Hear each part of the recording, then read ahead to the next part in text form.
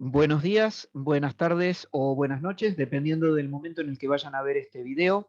El Salón de los Recuerdos de la Escuela número 57 y el Instituto 804 le da la bienvenida a este nuevo conversatorio.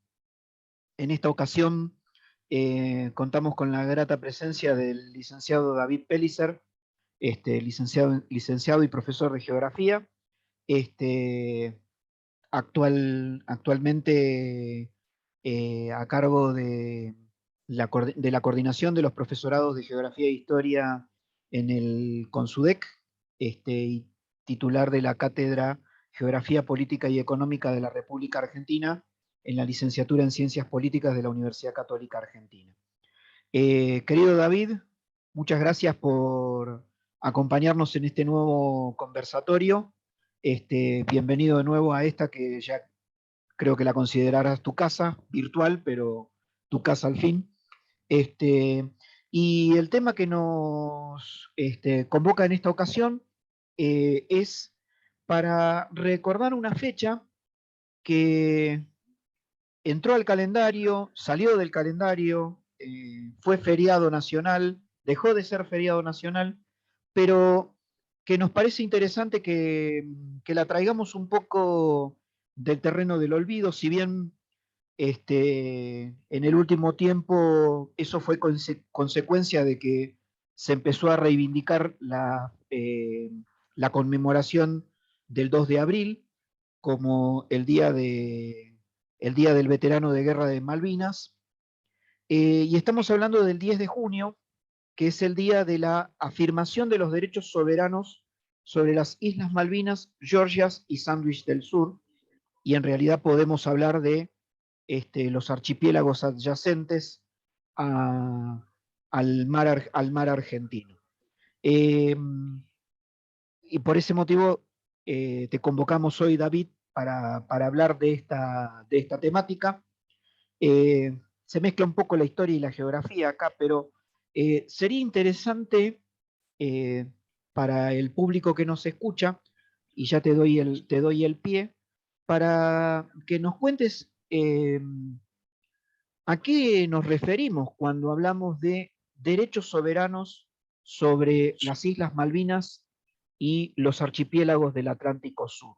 ¿Qué derechos soberanos tiene la República Argentina, este, más allá de la usurpación británica que padecemos en este siglo y pico que llevamos de conflicto?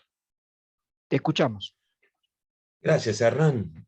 Muchas gracias por la invitación y un saludo muy especial a toda la gente del Valle. Bueno, Malvinas no puede limitarse a ser solo un sentimiento. Es mucho más que eso. Es una reivindicación que tiene sustento en lo geográfico por la cercanía del continente a las islas. Son 750 kilómetros.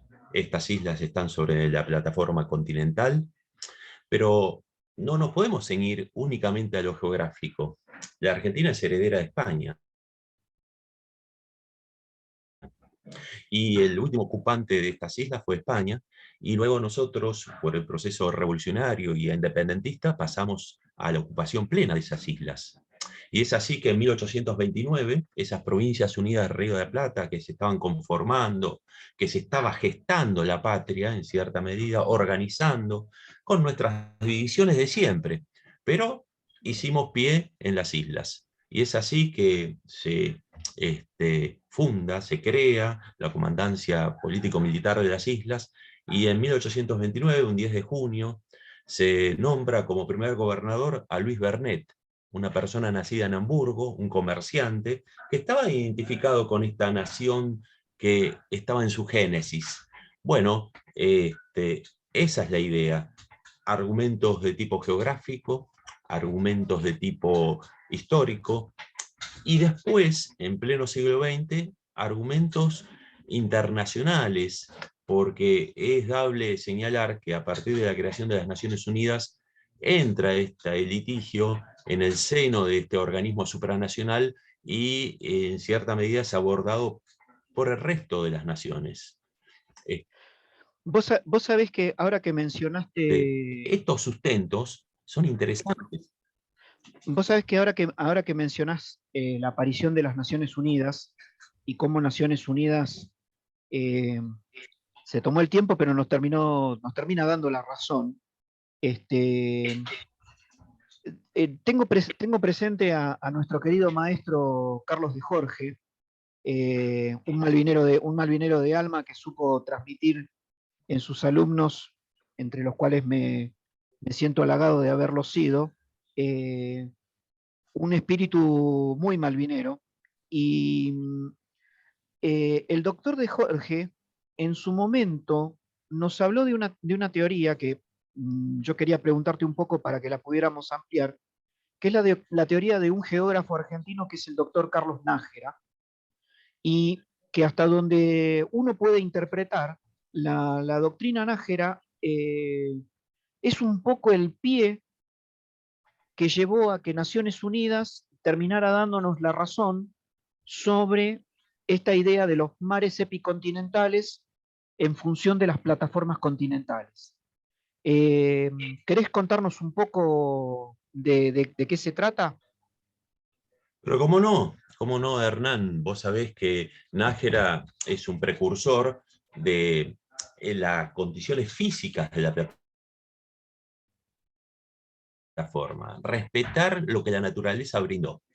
Había una doctrina que estaba en juego y que finalmente imperó, que es la doctrina Truman, que era una división más jurídica del mar, y Ujú. sin tener en cuenta la plataforma. Es decir, la tradicional división en 12 millas de mar territorial, 24 de zona contigua y 200 millas de zona económica exclusiva. Esto imperó hasta Perdón que te 1982. interrumpa. Estamos hablando de lo que después terminó siendo la tercera Convención de los Derechos del Mar, la famosa reunión de Montego Bay, Jamaica, de 1983, si no me equivoco, donde Noviembre de 82. 82, donde se termina aprobando esta convención que es la que rige la regulación marítima hasta el día de hoy prácticamente. Así es. Esta es la teoría Truman que imperó, que es una doctrina jurídica que no tenía en cuenta la propuesta de Nájera. Nájera es un argentino nacido en Gualeguaychú, que propone respetar la naturaleza, la continuación del continente por debajo del mar, es decir, la plataforma continental. No estaba tan equivocado, porque a partir de 1982 y en sucesivas reuniones se consolida la idea de respetar la plataforma continental. Esa plataforma continental que contiene a las Islas Malvinas y que por ende es continuación, extensión de nuestro territorio. No así Georgias y no así Sandwich. Estas dos islas son oceánicas, Sí. pero ahí no nos apoyamos tanto en la geografía, sino en nuestra presencia. La Corporación Argentina de Pesca estuvo en Grytviken. Uh -huh. En 1978 se desarrolla un refugio importante en Sandwich. La Argentina siempre tuvo vocación atlántica, siempre tuvo vocación con respecto a estos archipiélagos. A ver si nos entendemos para nuestros oyentes. 750 kilómetros, 2.400 y 2.900 kilómetros de las costas argentinas, Malvinas, Georgias y Sandwich. El usurpador a 12.000 kilómetros, Uh -huh. ajenos totalmente a esta realidad. El Totalmente. usurpador que no respeta ni respetó las resoluciones de la Asamblea General de las Naciones Unidas, ese órgano democrático que tiene el organismo supranacional, y se refugió en el ámbito oligárquico, el ámbito del Consejo de Seguridad al cual pertenece, producto de Yalta. Pero todos sabemos que es un esquema injusto, desigual, Re- asimétrico. Recordémosle al público que nos escucha cuando decís producto de Yalta. Yalta es una ciudad de Rusia donde los tres vencedores de la Segunda Guerra Mundial, Estados Unidos, Gran Bretaña y la entonces Unión Soviética, se reúnen un poco para planificar el futuro y donde surge la idea de crear un organismo como Naciones Unidas, que Así después es. se termina concretando con el Tratado de Nueva York de 1945, del cual la Argentina es firmante, con lo cual somos un miembro fundador de Naciones Unidas, y donde, como cuenta muy bien Archibaldo Lanús, en De Chapultepec al Beagle, Excelente libro. excelente libro, muy recomendable para poder entender las relaciones internacionales y la geopolítica de la segunda mitad del siglo XX, de aparte un diplomático de fuste como fue Archibaldo Lanús, que bueno, creo que lamentablemente ya falleció, no estoy seguro. Espero no Sí, estar sí. matándolo anticipadamente. Eh, pero en ese libro se pone muy claramente en evidencia esta idea del Consejo de Seguridad como un club de amigos, mientras que la Asamblea General pasa a ser el único órgano democrático. Pues, después, bueno, tenemos el Tribunal Internacional en La Haya que pasa a tener otro rol y otro perfil importante para lo que iba a venir después, ¿no? Pero volviendo a lo que vos decís, y volviendo un poco al querido doctor Nájera, es muy interesante cómo eh, el rol que cumplen intelectuales como el doctor Nájera, un intelectual argentino, aportando estas ideas y cómo el tiempo le termina dando la razón. Sí, es verdad. Y esta postura de la plataforma continental nos permite, en 2009, presidencia de Cristina Fernández, y en 2016, presidencia de Mauricio Macri, confirmar 1.700.000 kilómetros cuadrados de aguas que se incorporan al territorio nacional.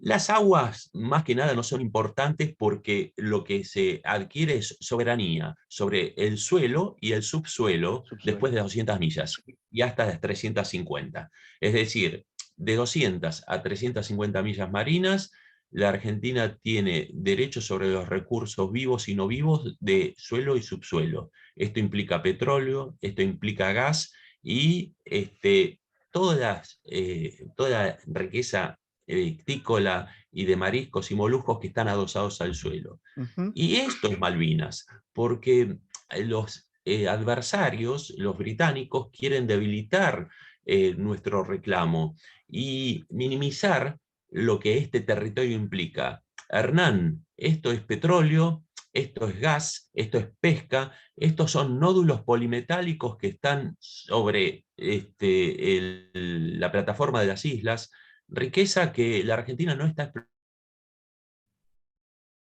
explotando y que los británicos lo están haciendo con criterios depredatorios. ¿Y sabes por qué con criterios depredatorios? Porque no aman este suelo, ellos lo explotan. El que ama un suelo lo cuida, la pesca se respeta la capacidad de reproducción de las especies. Ellos depredan. El calamar Ilex argentinus está en vías de extinción. La merluza austral, sus ejemplares son cada vez más chicos porque no se respeta la reproducción de los más jóvenes.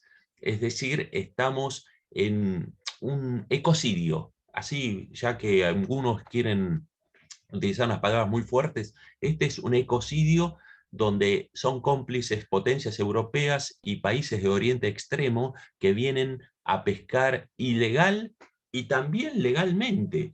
Legalmente en función de los intereses de los kelpers, no de los intereses de la Totalmente, República Argentina. totalmente, porque se les otorgan derechos pesqueros que después les permite hacer esta barbaridad de depredar, como vos bien decís. Eh, quisiera ir a otro punto, porque muchas veces se dijo que Malvinas es la puerta de la Antártida, y es la puerta de entrada, ahora que parece que está de moda tener puerta de entrada a todos lados, es la puerta de entrada a la Antártida. Eh, porque en ese momento, estamos hablando cuando se empieza la exploración antártica a finales del siglo XIX, obviamente era necesario tener bases de proximidad para poder acceder, porque evidentemente, sobre todo para países como los europeos, la navegación hasta la Antártida era meses y meses de navegación. Hoy por hoy, esta correlación entre Malvinas y la Antártida se puede seguir realizando y qué podemos, ya que estamos hablando de derechos soberanos, qué podemos decir en relación a esto sobre la posición de la Argentina y el continente antártico. Muy interesante pregunta. Yo quiero recordarles a los oyentes que estos espacios territoriales y marítimos están comprendidos políticamente en la llamada Provincia de Tierra del Fuego, Antártida e Islas del Atlántico Sur, conformada en 1991. Segundo, que la defensa de todos estos territorios está amparado por la Constitución Nacional, no son veleidades de territorialistas hipernacionalistas. La Convención Constituyente de 1994 estableció como imprescriptible e irrenunciable la defensa de estos derechos, respetando los intereses de quienes habitan las islas. Nadie nunca habló de soslayar los intereses de estos habitantes.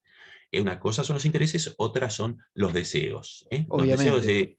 de 2.900 personas que están habitando las islas, que la mayoría son chilenos, sudafricanos, de Santa Elena, los descendientes de los usurpadores, porque ese es el término que hay que utilizar permanentemente, son una minoría, no llegan a 1.200 habitantes. Creo que inclusive son menos, ¿eh? No, es más, estaban Pero hablando de... contestando tu pregunta, esta es la puerta de entrada. Sí, No, no, contame, Hernán.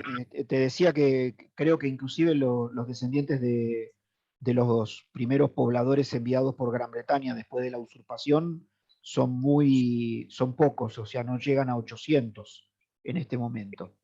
Puede ser, vos sabés que es una cifra que tendría que chequear, pero son minoría. Y en base a estas personas, ellos hablan de autodeterminación. Para un docente que nos esté escuchando, es fundamental expresar que en 1833, el 3 de enero de 1833, cuando la fragata Clio desaloja a los pobladores argentinos, nadie habló de autodeterminación. Nadie le preguntó a estos argentinos o oriundos de las Provincias Unidas de Río de la Plata si querían permanecer en las islas o pertenecer al dominio británico. ¿Por No, qué se habla tanto de autodeterminación ahora en el siglo XX y XXI, cuando en realidad en el siglo XIX se avasalló de derechos y se expulsó a quienes habitaban las islas? El doble estándar de siempre de los británicos. Eso hay que comentárselo a nuestros alumnos. y se los persiguió cruelmente, como fue el caso de el Gaucho Rivero, famoso personaje de esta historia malvinera, y sus colaboradores, que generaron una pequeña resistencia durante varios meses, hasta que lamentablemente la situación no les permitió más. Pero es muy interesante lo que vos decís con respecto a esto. Y para completar con respecto al tema de Antártida, para relacionar un poco este tema con la Antártida, ¿cómo estamos hoy con respecto a eh, la posición argentina en el continente antártico? La Argentina tiene una presencia antártica interesante, tiene casi 10 bases antárticas, algunas permanentes y otras estacionales. Hay campañas antárticas todos los años. Hemos reparado el almirante Irizar. Desde el 2005, la ciudad de Buenos Aires es la sede del Secretariado Permanente del Tratado Antártico. Somos protagonistas en la Antártida. Nuestro sector no va a ser respetado en un futuro porque ningún sector que es reclamado va a ser respetado. Hay que ser hiperrealistas. Se lo comento a mis alumnos de Ciencias Políticas, de Relaciones Internacionales. Es más altamente probable que en un futuro mediano a largo la Argentina recupere los archipiélagos australes, a que la Argentina pueda mantener una soberanía plena y sin nadie de por medio en el sector antártico. La Antártida, perdón, está internacionalizada. Esa internacionalización no va a cesar. Pero hay algo fundamental. consecuencia del tratado que está vigente desde 1961. Nadie nos va a sacar de la Antártida, porque desde 1904, gracias a la decisión de Julio Argentino Roca, estamos allí. Y nadie nos va a sacar de ahí y vamos a ser protagonistas del Tratado Antártico. Y este tema no es menor. Es muy interesante lo que planteas, porque muchas veces eh, con un criterio pesimista se ha escuchado decir que después de la pérdida de Malvinas venía la pérdida de la Antártida, y en ese sentido es muy llamativo cómo eh, tal vez por la buena diplomacia argentina que nos ha caracterizado de contar con excelentes integrantes del cuerpo diplomático, Argentina ha mantenido una coherencia en su postura con respecto a la participación en el Tratado Antártico. Eh, querido David, no sé cómo estamos de tiempo, creo que estamos bastante bien. Este, ¿Alguna última reflexión que quieras hacer al respecto sobre esta cuestión de los derechos soberanos sobre Malvinas? Muchas. Hernán, me tomo el atrevimiento porque estoy tratando permanentemente desde hace muchos años de compatibilizar razón y pasión. Ninguna de las dos tiene que imperar mucho porque si dejamos también la pasión de lado, nos olvidamos de Malvinas porque tenemos muchísimos problemas más. Hay un geógrafo de Oxford llamado Jan Gottman que da como fundamental para una nación, un Estado-nación, tener lo que llama la iconografía nacional. La iconografía es lo unitivo. Nos une el himno, nos une la bandera, nos une el escudo. Pero sabemos, los argentinos sabemos, vivimos permanentemente que esto es una lucha de facciones desde el origen de la patria. Lo faccional caracteriza al argentino. Preguntémonos todos, como imaginario colectivo, ¿qué nos une? Y yo les aseguro que la causa nacional por excelencia es la recuperación de las Islas Malvinas. Es fundamental esto. Pero para todo docente que nos está escuchando, no limitemos el análisis a Malvinas. Es la recuperación de las Islas Malvinas, las Islas Georgias del Sur, las Islas Sandwich del Sur y los espacios marítimos adyacentes. Esto forma parte de nuestro ser nacional. Nuestro leitmotiv es un factor de unión nacional. En consecuencia, no nos tenemos que dar por perdidos. Priorizamos siempre el árbol de 1982, pero no.